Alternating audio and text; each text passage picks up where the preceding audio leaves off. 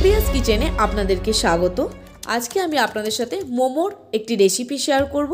তবে এই মোমোটা আমি কোনোভাবেই কিন্তু স্ট্রিম করব না, একটু অন্য রকমভাবে বানাবো। প্রথমেই বোনলেস চিকেনগুলোকে আমি ব্লেন্ড করে নিচ্ছি। এবার এই চিকেনগুলো একটা পাত্রের মধ্যে আমি ঢেলে নেব। তাতে দিয়ে দিচ্ছি গাজর কুচি, পেঁয়াজ কুচি, ধনেপাতা কুচি, কাঁচা লঙ্কা কুচি, রসুন কুচি আর দিয়ে দেব আদা কুচি।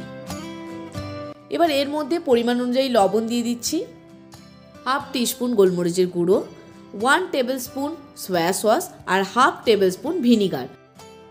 সমস্ত উপকরণগুলো হাত দিয়ে ভালো করে মেখে নিচ্ছি। ভালো করে মেখে নিয়েছি, কিছুক্ষণের জন্য ঢাকা দিয়ে রাখবো।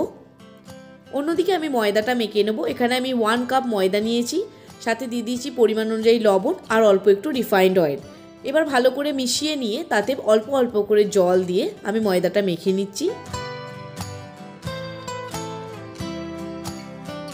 একটা ডো বানিয়ে নিচ্ছি। এটা 10 মিনিট আমি ঢেকে রাখবো।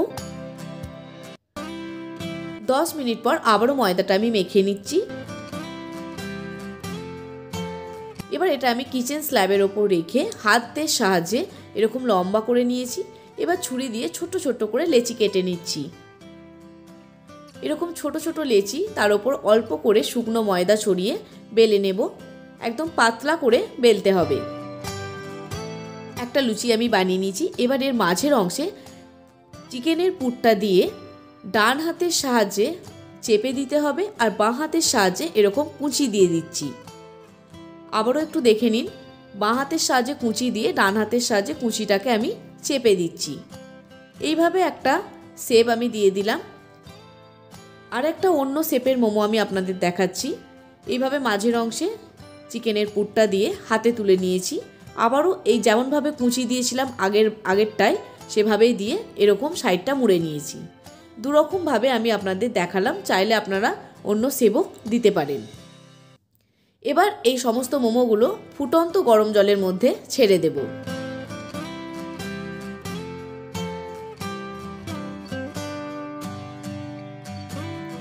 জলটা অবশ্যই ফুটিয়ে নিয়ে তবেই দিতে হবে। একদম ফুটবে এবং হাই হিটে রান্নাটা হবে। 5 থেকে 7 মিনিটের মধ্যে দেখবেন মোমোগুলো এইভাবে ওপরে ভেসে উঠেছে। তখনই বুঝবেন মোমোগুলো একেবারে রেডি হয়ে গেছে। এবার এগুলো সব ছেঁকে তুলে নিয়ে একটা টিস্যু অথবা পেপারের মধ্যে ভালো করে বিছিয়ে একটু হাওয়ার মধ্যে রেখে দেবেন 2 মিনিট। ব্যাস, তারপরে আপনারা পরিবেশন করবেন। বাড়িতে কোনো ধরনের মোমো মেকার না থাকলে বা স্টিম করার ঝামেলা ছাড়াই আপনারা বাড়িতে বানাতে পারবেন। ভিডিওটি ভালো লাগলে অবশ্যই আমাকে কমেন্ট করে জানাতে ভুলবেন না।